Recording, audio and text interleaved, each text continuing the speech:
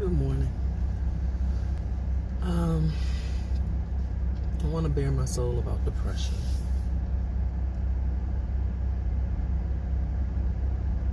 It's kind of hard, but excuse me.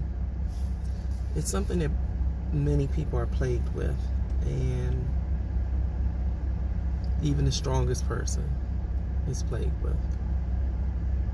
I come across as very strong and confident and know-it-all and things of that nature, but what it boils down to is that I suffer with depression, more so fear, I think. And it came to a head the other day, and it scared me because I actually thought of taking my own life. I'm used to being the strong one, the one that people come to and turn to for advice and assistance, and I have recently been torn apart.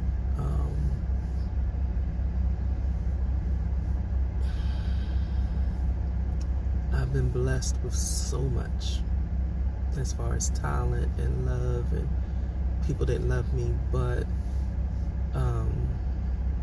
when things start falling apart, I don't know what to do. I don't always know what to do. So I either lash out or fight harder, or I don't know. But there was something that transpired that started a avalanche of negative things to happen in my life.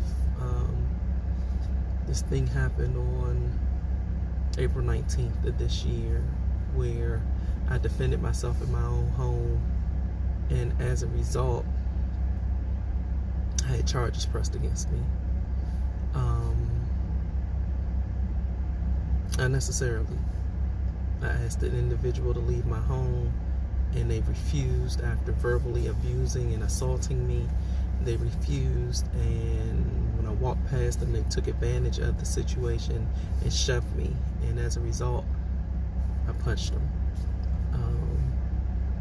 Where I come from, the rule is if someone puts their hands on you, you defend yourself, especially in your own home after being verbally assaulted and just taking it. But when that happened, this person filed charges. My employer then terminated me because of a random background check having this, and now being my filed charges, not prosecuted, not found guilty charges. And after that, I went to turn to another skill of mine, which is cooking and promoting my business, which has been successful, but not as flowing as the other business was that was bringing in revenue. Then I added on more stuff to try to make ends meet, and started doing DoorDash and Postmates, which again is not as lucrative, but I'm trying to hold on. And the other day, what made me want to end my life, I had one of my accounts hacked, Postmates account hacked, and as a result, they chose to send me an email, Postmates, deactivating my account, stating that I didn't follow their procedures and such. And even though that wasn't bringing in a lot of money, it still hurt.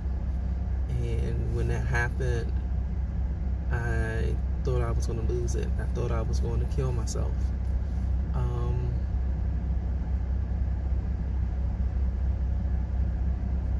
It's hard talking about this without letting the emotions out and the tears drop, But that's something else I struggle with, being vulnerable and allowing people to see my pain.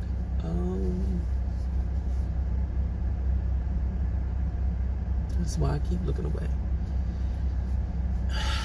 I'm sharing this because people go through this every day, and I know this is a part of life. You have your ups and you have your downs, and you have to persevere. I've told my children that life is a struggle and that you have to find happiness in it somewhere. And if it was not for my children, I wouldn't be sitting here right now.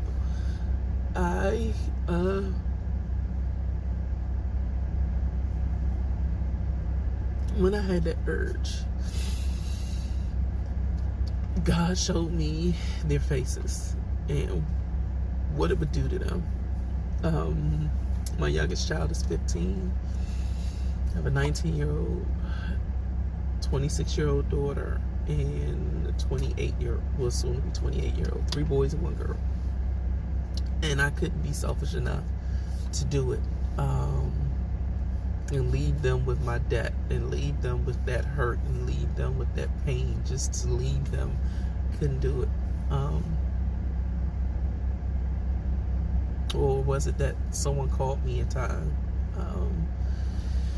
I reached out to a good friend of mine via text, but she wasn't able to talk. After calling my mom first, my mom wasn't available. She didn't pick up the phone, but just when I didn't think that I could do it as far as living, she called. We had a conversation, and I told her how recently I've been put back on my hypertension meds.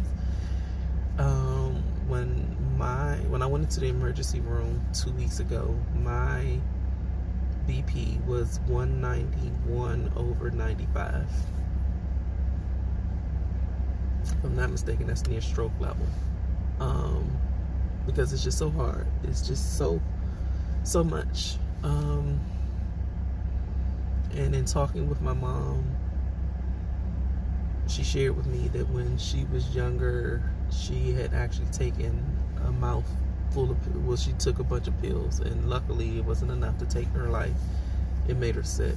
I brought up the hypertension meds because that day, which was Monday, that I took my pill, I thought to myself, could these kill me? If I took all of these, could they end my life?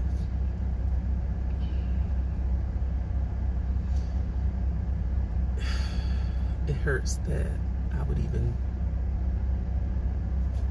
really consider it. I mean, I know years ago I thought about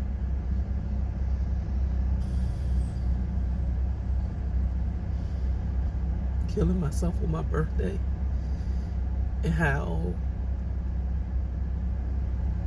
poetic it would be that my life began and ended on the same day. That while the world was celebrating a new year, or beginning to celebrate a new year, New Year's Eve, that I would be laying dying, that I wouldn't see the next year. And it's like,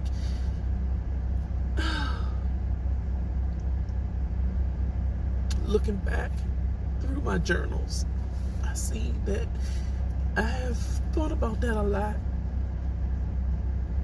I think my journals go back at least 10 years, maybe more. And there's not a year that's gone by that I haven't thought about it.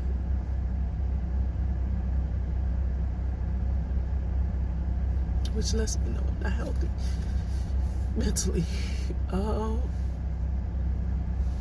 That when I was in the emergency room and they asked me have I had thoughts of harming myself or someone else, and I said no, I lied. God, this is so hard. But if it helps anyone, I hope my pain helps you to know you're not alone. You're not the only one feeling the way you feel. You're not the only one dealing with what you're dealing with. We all go through it. Even me, an honor roll student, proud mother, girlfriend, daughter, big sister, great aunt, auntie. We all go through it. No matter how much it looks like we got it together on the outside, you don't. Like, there is so much I could share, but it would take me totally stripping myself, and I don't know that I'm strong enough to do that yet. So I'm sharing this video of myself in hopes that it reaches and helps someone. Seek help, even if it's through a video with strangers. Seek help, even if it's with your doctor. Seek help, even if it's with a good girlfriend, somebody, just boyfriend, friend, clergyman, someone. Don't wallow in your despair. Don't accept depression. Don't listen to that negative voice in your head that tells you it's better to be dead than alive, because God woke you for a reason. You can make it through. There are ways to make it through. I'm still trying to find mine, but I know I have a voice. And with me, when I let stuff out, it helps me to feel better. And the tears have just stopped. Not to say that tomorrow won't be worse, or that when the next ball drops that I won't scream, lash out, cry, or even have a thought of suicide. But at least I'm able to get it out. As I was talking to my boyfriend the other day, telling him, crying to him about how, sharing with him that I planned to kill myself that morning. And he held my hand and squeezed it tight, or squeezed it tight, whatever the word is. I know it's not squoze. I make jokes when I'm hurting too and nervous. But as I shared with him, my phone rang. And it was a phone interview. My confirmation that God is listening. Did I get it? I don't know. They said they'll know by tomorrow, but it's got to get better. It can't keep getting worse. At some point, the tide stops coming in and the ocean calms. Hold on, people. Just don't do it. Don't do it. Because what you leave behind, from what I understand, I've never known anyone that committed suicide, but what you leave behind is a slew of loved ones that don't understand. What you leave behind is your stresses. If you're killing yourself over bills, you're leaving that behind to your loved ones. If you have children, you're leaving them alone with unanswered questions. You're leaving them alone. They need you every day of their life. You can't leave them alone. Even if they're grown, you can't leave them alone. They need you. They will need you for something. Trust me when I tell you, they need you. You matter.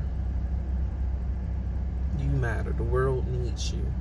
Someone needs you. Even when you feel like you're getting shitted on, there is still someone that needs and loves you.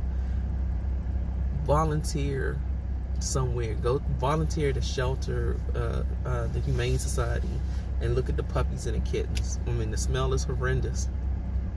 I'm not going to tell you it'll be easy. But go in there and look at those puppies and see if that don't make you smile. Or the kittens. I mean, if you have a niece, a nephew, grandchild, spend some time with that child. Walk to a park, as long as you're not a pedophile or someone that does harm to children. Go to a park and listen to the children's laughter. I promise you it'll make you smile. If you do yoga or you meditate, do that. Just take some time and clear your mind and think about happy times. Think about and remember how it wasn't always as it is now. And stay here. Stay here and fight the fight. Stay here with me and fight the fight. I promise you, if you stay, I'll stay. I'll be here. If you want to reach out to me through social media, my Instagram is at Miss All or Nothing. MSALLORNUFFIN. Miss All or Nothing. My Facebook is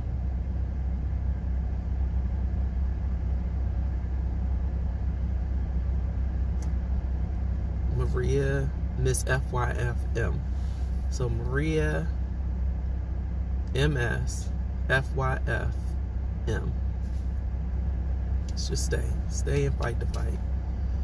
I don't really believe in medication. I'm only taking that hypertension med because of my pressure have been so high. It's now 135/88. But stay here and fight the fight. It's worth it. It's worth living. It can't always be bad. You fight, I'll fight. We can fight together. But talk to somebody. Reach out to somebody. Let someone know what you're feeling. It will help. It will help. We are not meant to live alone, to be alone in life. We're sociable people. I look at the homeless all the time because I drive for a living. I look at the homeless people all the time, and you see a lot of them talking to themselves. That's because we're not meant to live alone. I truly believe that when we're alone for too long, we miss another person. We miss interacting. We miss touching. We miss being touched. We miss laughing. We miss crying with someone else. We miss hugging. Just interacting, engaging someone else. So the brain-mind splits and creates another personality for you to interact with and engage with. So when you're feeling low, reach out to someone that you love. There's suicide hotlines. I don't know the number right now, I'm sorry, but there's suicide hotlines. There are people you can call. Or like I said, social media. Reach out to me or someone on social media. Don't go to one of those wild ass groups. Find a loving spiritual group and reach out to them, and someone should give you something positive back. But as I said, depression and suicide go hand in hand. And you don't have to be alone. You don't have to be alone. You matter. You matter. As I watch this, I'm talking to me as well. I'm talking to myself. You, Maria Antoinette Morgan, you matter.